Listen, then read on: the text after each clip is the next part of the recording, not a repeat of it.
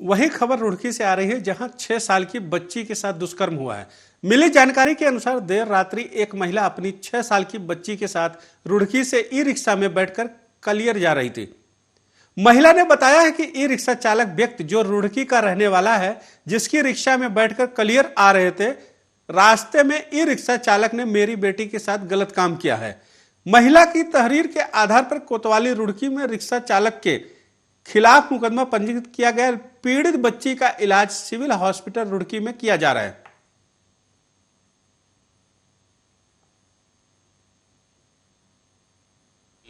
मैं एक मुकदमा पंजीकृत किया गया है जिसमें एक नाबालिग बच्ची के साथ रेप का इंसिडेंट सामने आया है। उसमें जो वादिया है उसके द्वारा एक पहचान भी की गई है।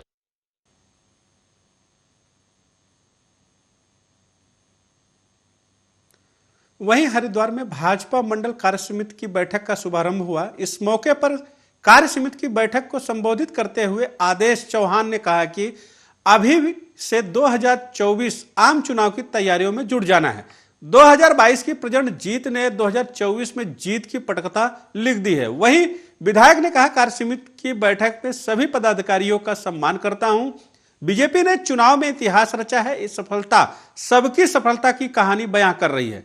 एक कार्यकर्ताओं की मेहनत से ही संभव हो पाया है। इस धरती से अटल जी ने देश दुनिया में उत्तराखंड का मान बढ़ाया और आज उसी तरह काशी से पीएम मोदी और उत्तराखंड से पुष्कर सिंह धामी जैसे नेता दुनिया भर में बीजेपी का झंडा बुलंद कर रहे हैं। संगठन की वजह से ही आज बीजेपी लगातार सफल हो रही है। पीएम मोदी के कार्यकाल को 8 साल पूरे हो गए हैं। उनकी बातों और उनके विजन को जन जन तक पहुंचाना है।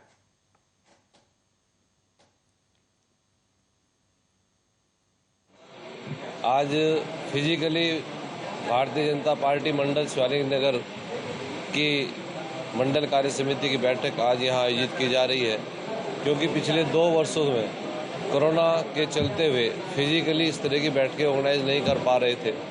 तो मैं आज इस बैठक की व्यवस्थाओं के लिए, सुंदर आयोजन के लिए सबसे पहले तो अपने मंडल की पूरी टीम को बहुत बहुत बधाई देता हूँ।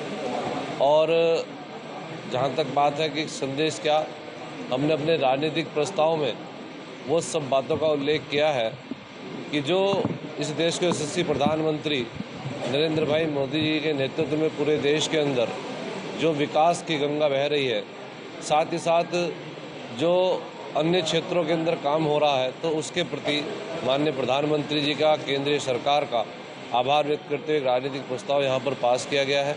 साथ ही साथ माननीय मुख्यमंत्री जी जिन्होंने ऐतिहासिक जीत चंपावत से दर्ज की है, उनको बधाई देने का, और उनके द्वारा इस कार्यकाल में भी और पिछले कार्यकाल में जिस तरह से अभूतपूर्व काम उत्तराखंड के अंदर किए गए हैं, उनको भी हमने राजनीतिक प्रस्ताव में शामिल करते हुए माननीय मुख्यमंत्री जी को प्रदेश सरकार। भारतीय जनता पार्टी जो विश्व का सबसे बड़ा राजनीतिक संगठन है, इस संगठन की जो नींव है वो निरंतर कार्यकर्ताओं के और हमारे पदाधिकारियों के बीच में संवाद और निरंतर कार्यकर्ताओं द्वारा पार्टी के संगठनात्मक गतिविधियों का सुचारू रूप से संचालन और उसका अनुपालन करना, ये हमारे संगठन की नींव है। उसी दृष्टिगत निरंतर हमारे यहाँ संगठनात्मक गतिविधियों की समीक्षा, उसकी योजना और उस योजनाओं के क्रियान्वयन हेतु चर्चा के लिए इस प्रकार की कार्य समितियाँ आयोजित की जाती रहती हैं, जिसमें मंडल स्तर से शुरू होकर प्रदेश कार्य समिति और राष्ट्रीय कार्य समिति